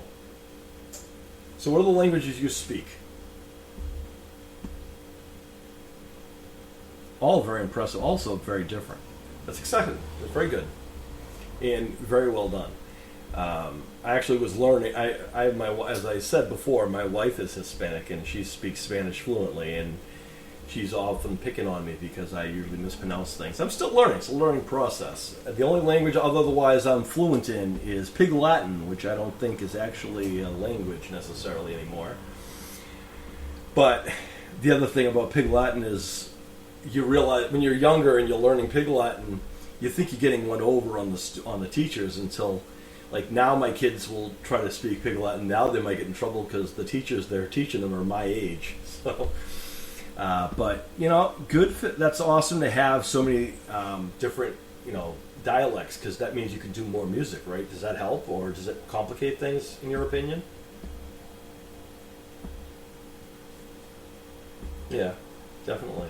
And really well done. You're very well spoken and also very well mannered, by the way. Tell your parents they did a very good job. Excellent. Cool stuff. Well, I want to make sure you get some proper rest and stuff like that. I don't want to tie you up too much. But Gabriel, it was a pleasure having you on, and hopefully you enjoyed having time on the F4L Headquarters podcast. And when the new music comes out, we'll have to have you come on maybe again if you'd like, and do the next new song. What do you think of that idea? Cool stuff. Well, good. Well, it was very good having you on here, and I wanted to say that you're doing great stuff, and I encourage you to keep doing what you're doing. You have a great support system, which is important. I also want to say keep up, going for your goals and dreams, and maybe I'll have to keep my ears out if I know any acting roles in your area. Maybe I'll have to pass your information on to my movie type people. There is a film studio in Georgia. I think they were filmed a little show called The Walking Dead, not far away from where you are. I don't know if you ever heard of The Walking Dead. It was a horror show. I have friends of mine who were on that too. but and he's also from Georgia. He lives in Georgia. Chandler Riggs is down there. But anyway, it was a pleasure having you on, and we'll have to have you come on again. Keep up all the great work. You're doing fantastic. And, it was a pleasure having you on, and glad that the fans aren't driving you nuts yet. That's a good thing. But it's also good that you have a good kind of balance there, too. It's important to have that. So, well done. Tell your dad I said happy belated Father's Day. Your mother happy belated Mother's Day. And, and keep up all the great work. We're happy for you, and we hope to have you back on again. Excellent. Hope you have fun. Well, no worries. And before I let you go, why don't you tell everyone where they can find you again, and if you have anything big that they should be ready for.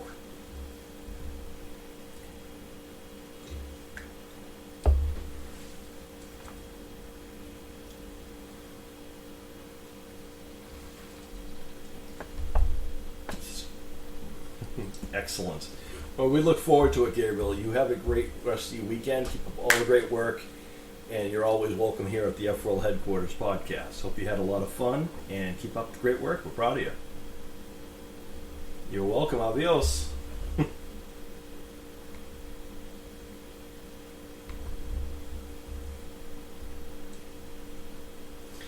Gabriel is a fantastic young man, as we have just talked to him for a little while now. And I apologize first and foremost because apparently I have gone way over on the time that we're supposed to have for Gabriel. So sorry, Gabriel. I didn't mean to have you on for an hour and a half. I do try. We were shooting for 45 minutes, so I apologize for maybe going a little too long. But I hope he had a lot of fun. He's a tremendous young man. We wish him nothing but the best. And again, let's give it a nice round of applause for our friend Gabriel. Yep. How about you guys over there? Yep. I know.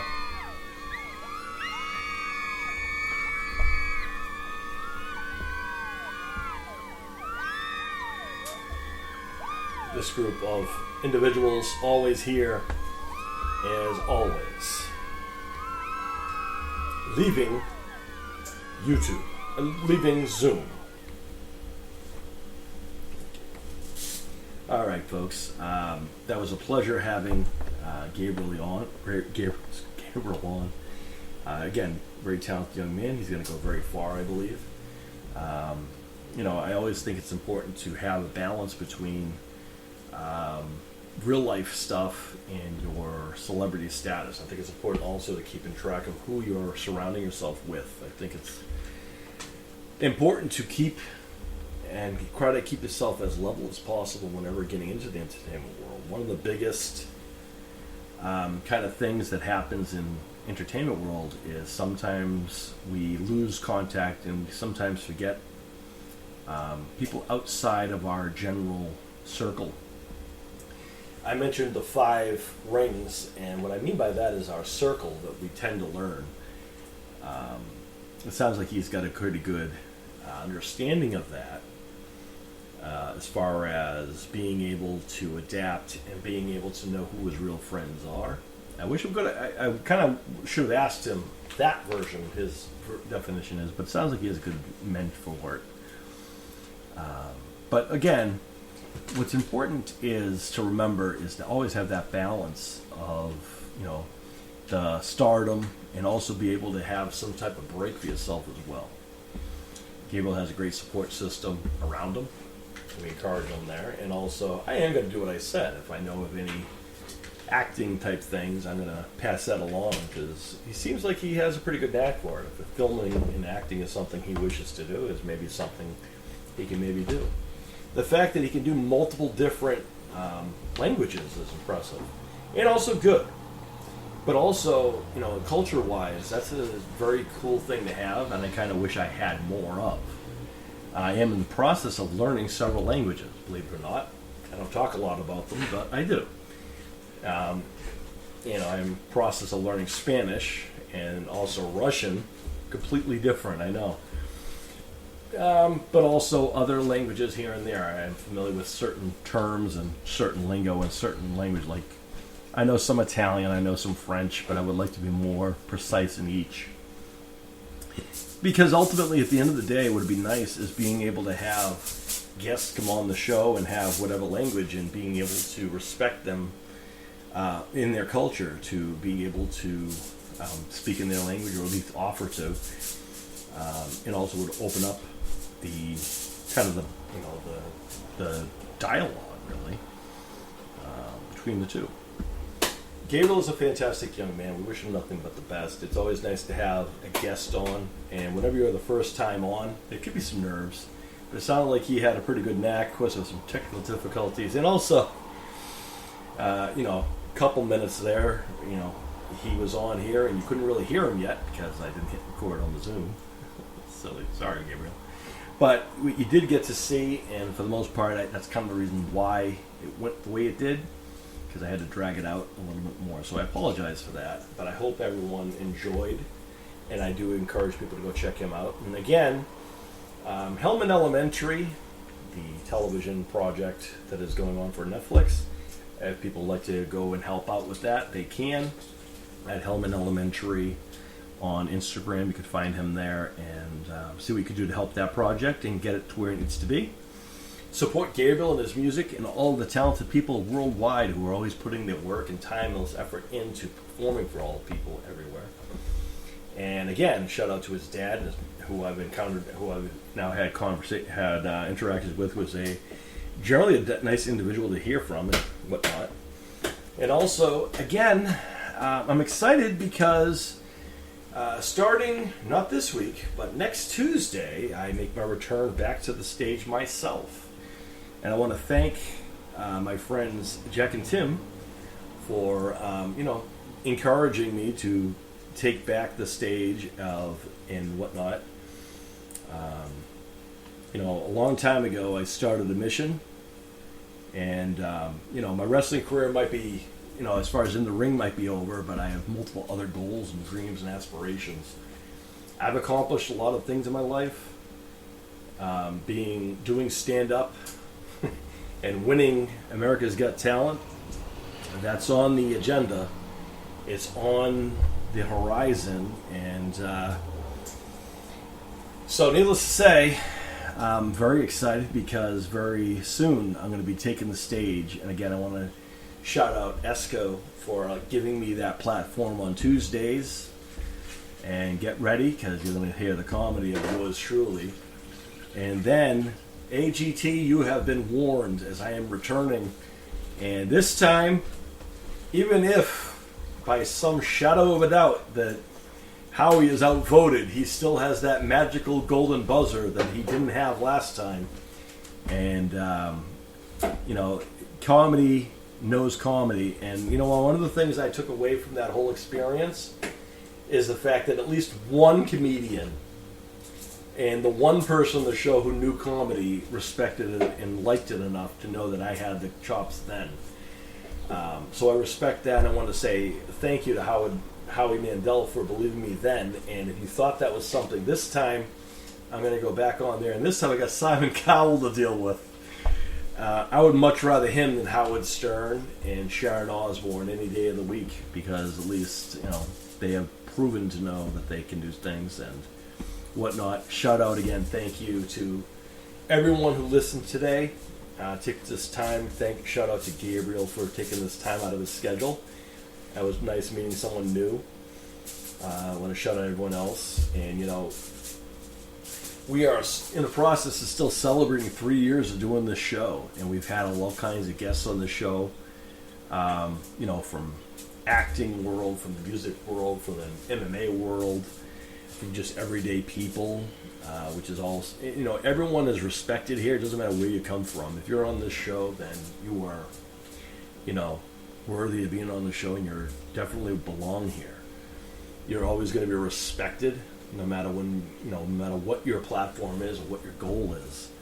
And I want to let people know that I do have some people who are returning to the show eventually. They are planning, and they're just trying to set up time to come on, former guests to do updates. But also, I'm also going to let you guys know that I'm going to be bringing on, get this, some of my wrestling buddies on this podcast. I talk a lot about my wrestling background, and I've had a lot of these other people on here, and a lot of times I don't bring a lot of my wrestling buddies on here, so I thought it might be a good idea to bring some wrestling type people on here as well. As in 3 years, I've not really had a lot of pro wrestlers other than myself on here. But we're going to fix that, and we're going to get some of them on here and along with other people. And again, I want to say thank you to everyone who took the time to listen today. I want to say thank you to Gabriel and his parents for being so flexible and allowing him to visit the F4L Headquarters podcast. I hope they felt welcome. I hope they had a good time. Tremendous young man. You heard the dialect. You heard the tones. If you guys remember who Gabriel Iglesias is, the singer, the son of Enriqueo Iglesias.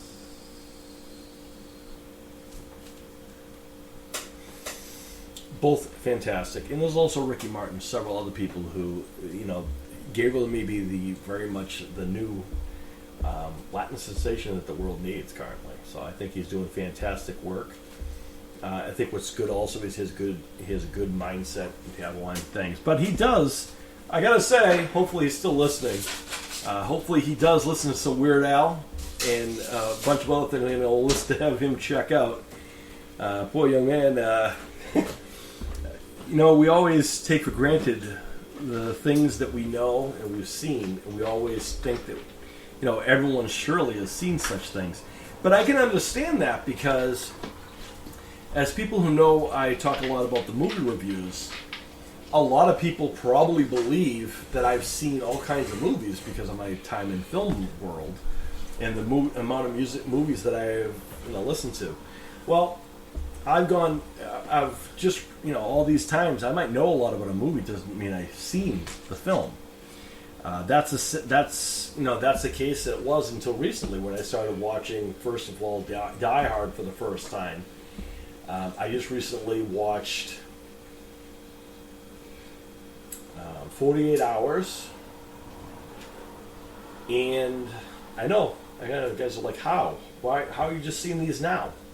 Because sometimes we have all kinds of other things. I just saw Beverly Hills Cop officially for the first time recently. Even though I might know all about a movie, doesn't mean I've actually seen it all.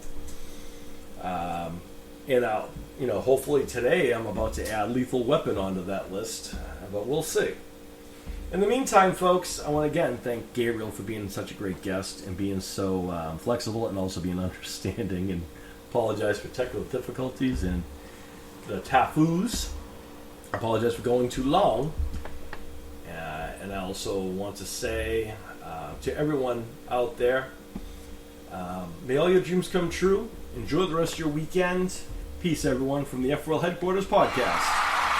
I am your host, saying thank you, and may all your dreams come true.